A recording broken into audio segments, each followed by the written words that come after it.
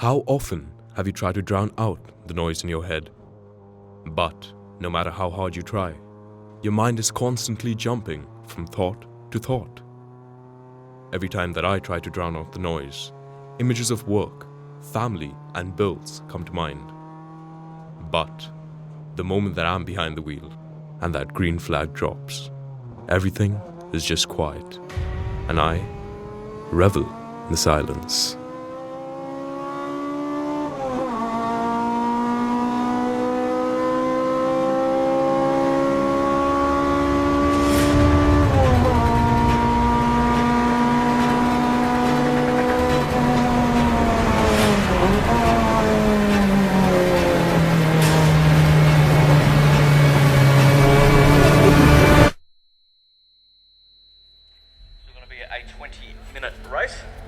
Now heading up towards turn number 3.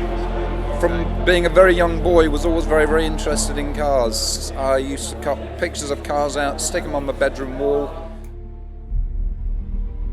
I had a bicycle. I had a pedal car when I was younger.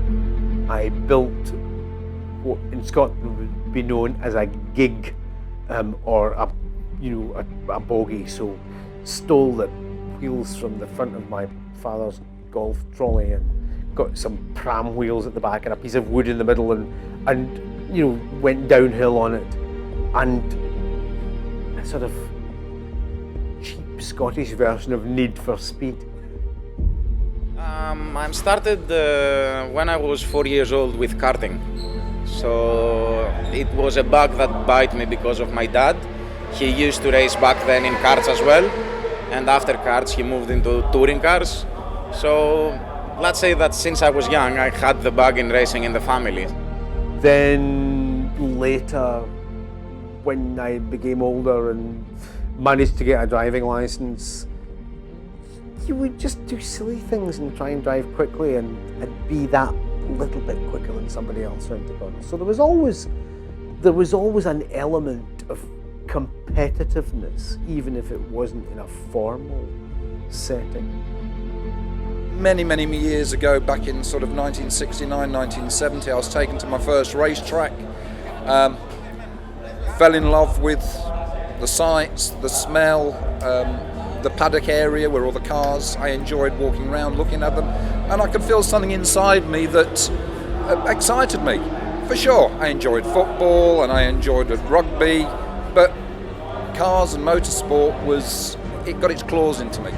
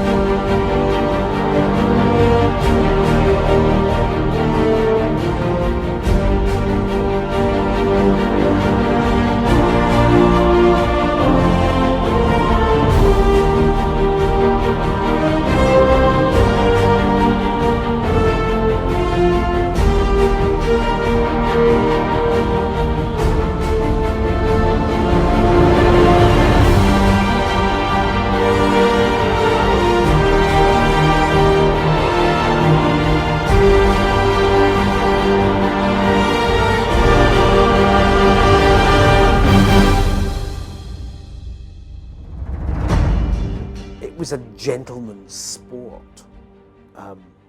There wasn't really much in the way of professionalism at all. And it wasn't until after the Second World War where suddenly lots of airfields became redundant because we weren't flying fighter planes out of them any longer.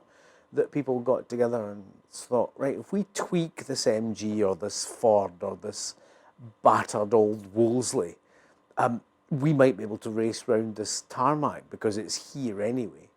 Touring car racing is kind of a development of what would have been saloon car racing in the late 50s. What is now historic saloon car racing, where the old Jaguars and Ford Anglias and Asst A35s and all manners of silly British stuff would have been belting around on bicycle tyres. And the touring car racing has been a development of that in as much as more modern cars are now battling against one another. But as things have become more sophisticated and more money has been thrown at it,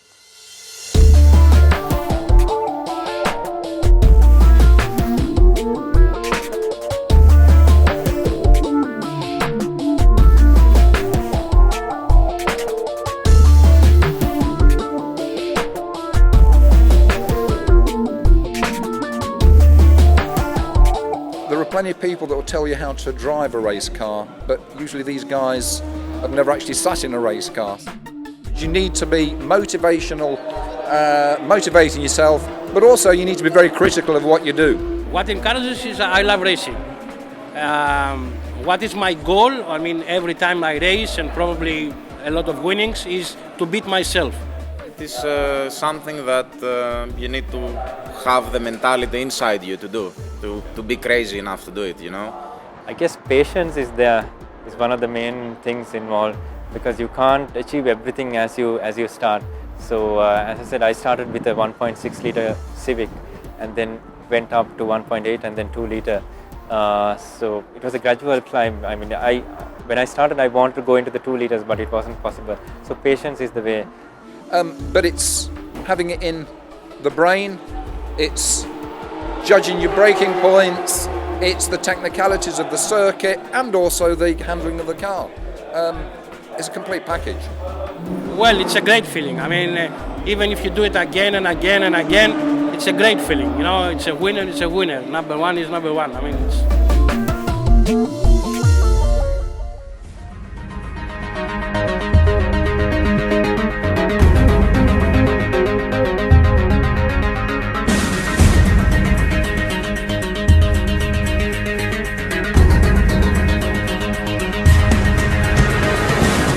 Touring car race is better than other forms of racing. Basically, it's circuit racing, which it means you're in direct competition with the other drivers. You're not fighting whoever is gonna do the best lap time or like time attacks or the best stage time like rallies. You are actually fighting for a position. You know that the guy in front of you, you need to pass him. It is all about focus. You know, if you look at top Formula One drivers, I mean, these are the best of the best of the best. If any of your viewers have seen the current, which is probably one of the best motorsport films, Rush, that was the movie portraying the rivalry between James Hunt and Niki Lauda, which I remember very clearly, having watched these guys race in person back in the 70s. There is one scene there where James Hunt is visualising driving around Monaco, the streets of Monaco, you know, way before he actually gets to the circuit. That makes small butterflies inside you, but it's a different feeling. Again, when you're driving such cars, you're getting used to it. For the first time, yes, you get butterflies, you're thinking, am I too fast or am I too slow? Where is the braking point? But after you're doing some runs and you get seat time on the car that you actually race, you're getting used to it. Most race drivers are calm in the car, but the brain is ticking over at very fast speeds. Yeah, you're always anxious and nervous. You don't know if everything is gonna be okay. Okay, you tested, you did the qualifying, car was working perfect, but it's a machine. You never know when it will get spoiled.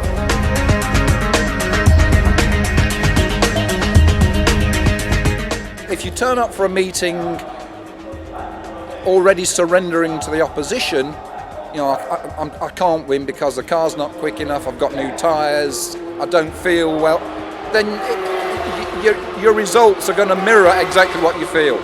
Before the race, I tend to get a little bit nervous. I tend to, you know, go through in my mind what might happen, what can happen, but when you're on the track, you try to be as robotic as possible and do the same thing over and over and over. Once the race starts, you're concentrated. You're concentrating on the car, on your friends, on your teammates, safety, your car, yourself. So everything combined, you don't have time to think of anything else. If you can judge, if you can visualize what you should be doing and what the track is telling you and what the car is telling you, you can't just do this through the feel of your hands or through the base of your bottom, dare I say. Okay, we smile about that, but racing is understanding what the car is doing, and we feel this through our ears, and we feel this through ears, I'm talking about the balance, okay? And also by the feel of your bottom in the seat, because that part of the anatomy tells you when the car is beginning to slide, and your hands and your brain then make minute adjustments. Have a good bottom and you're quite quick in this sport. Yeah, it's more hardcore. It's like watching Formula 1, let's say, but not at the high speeds, not with aerodynamics, on a cheaper level. But it's similar, you know, Formula 1 supposedly they are running as a bunch, you know, and you always find a Formula 1 race boring when you don't have passing or fights. But you get excited when you see the fighting. Touring cars is usually fighting. So it's more enjoyable for the guys.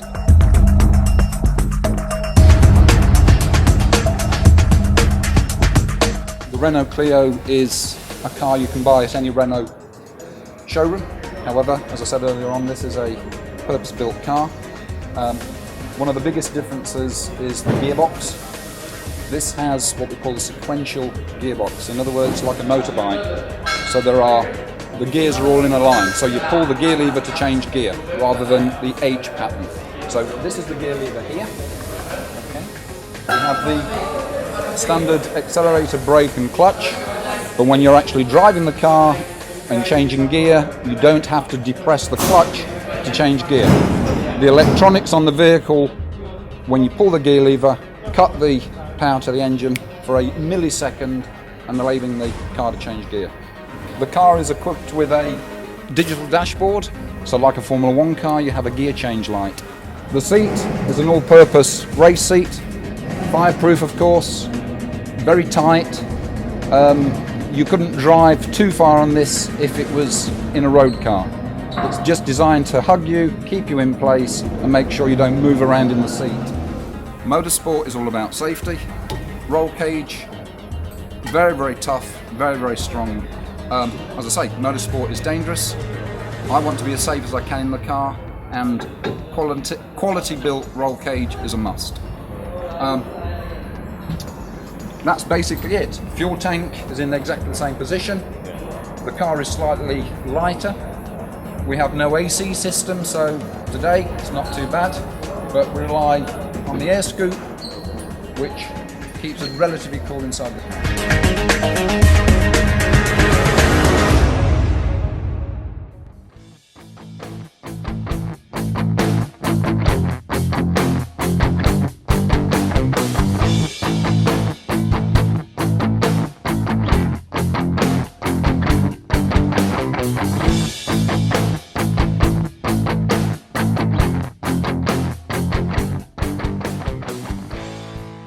Racing is about speed.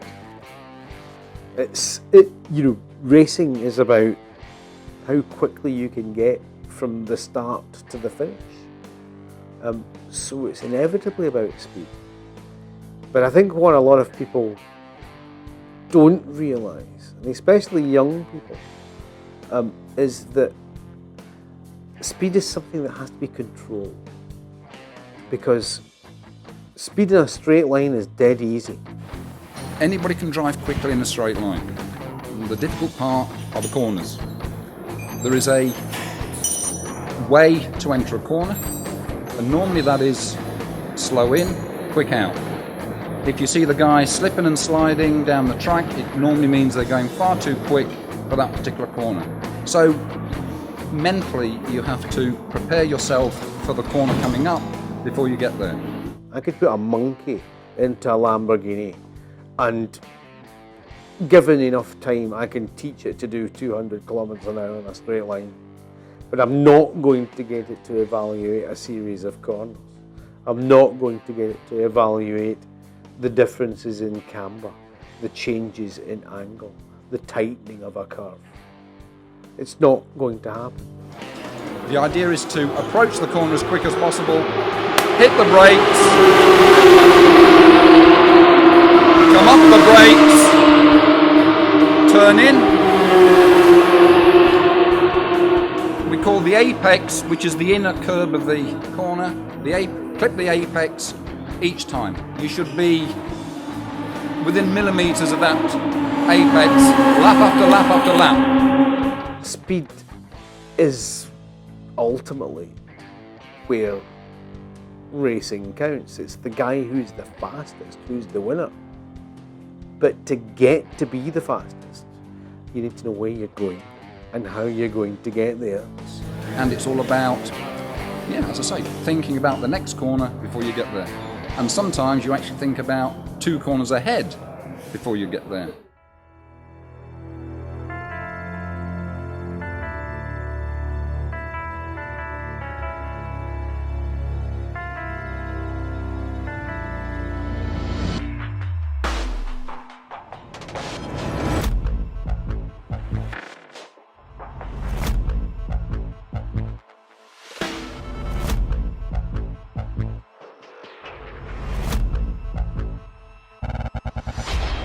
Touring car racing in Dubai started basically when the Autodrome opened. The Autodrome was the first circuit here in the Emirates. Yas came along much later. And touring cars were one of the first series that we ran. We had a touring car championship, we had a GT championship, which was the sort of high-powered, high-end and more expensive stuff. Motorsport is still like a very small segment in UAE. It still has to grow. There's a lot more to come. But at the moment, I'd say there are a few locals that come down, but passionate. I mean, these people that come down to watch racing in the UAE is only people that have passion for cars or for speed or just in the love to see motorsports. Middle East, if you want my opinion, I think we have a lot to offer, and it would be nice if we could attract a few more spectators. And of course, the more people that spectate, the more people that eventually may decide to go racing. I think touring car needs a lot more exposure in the media. If you see even the sports sections of the newspapers, there's a lot dedicated to football and other local sports, but very, very little, if anything, for the national race days here at Dubai. We need a little bit more care, and we need attention more, and we need people look at this seriously, at this sport, to all media, to all press, to all, because you are the people making this one live. Motorsport is growing, but it's growing extremely slowly in the UAE. But I'm sure it should pick up. The understanding of touring car racing or any other form of motorsport is at a fledgling stage, the same as it was in Europe at the turn of the war. It's going to take time. It'll take time. It will take time, and it will take a level of understanding that says, no, we don't have to start at the top. It's okay to start at the bottom. It's okay to do the work. It's okay to do the learning. It's okay to find out. We don't have to go into this knowing everything. Do you think for 1 minute that the guys who are battering old MGs around ex-wartime flight basis were thinking to themselves, do you know what? This is not enough. No, they weren't. They were thinking, this is great. We're having a great time here. And slowly but surely, more and more people started having a great time. And then they thought, hang on a second, there's another way that we can have a great time, because we can add this and we can change that. And what about this? And why don't we streamline them a bit more? And if we had wider tyres, would they grip better? And if we had more power, would they be faster? And if we had better safety equipment, would fewer of us die? Yes, all of that happened. All of that happened between 1945 and where we are now. It's not going to happen in 8 years here or anywhere else in the Middle East. It's too new. We have a long way to go. A long way to go.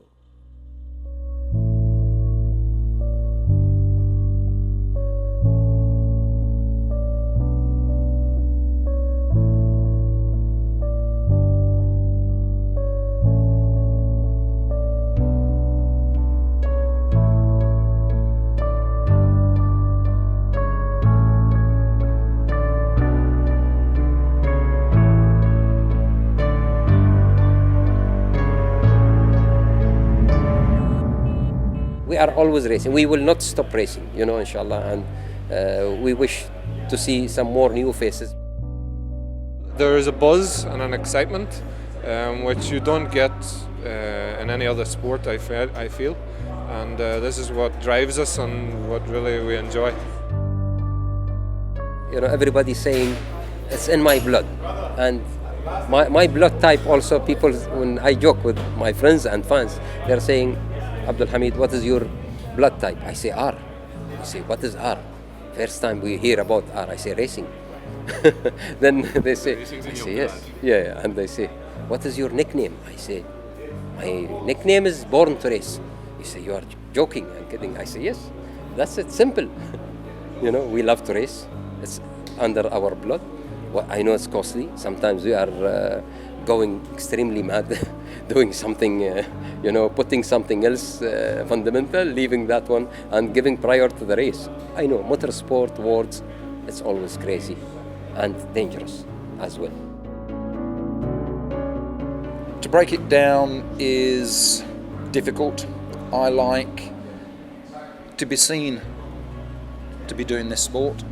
I'm not saying it's glamorous, but it shows that a humble mechanic can compete, can pick up trophies, can race in the best facilities, and unfortunately life is very short.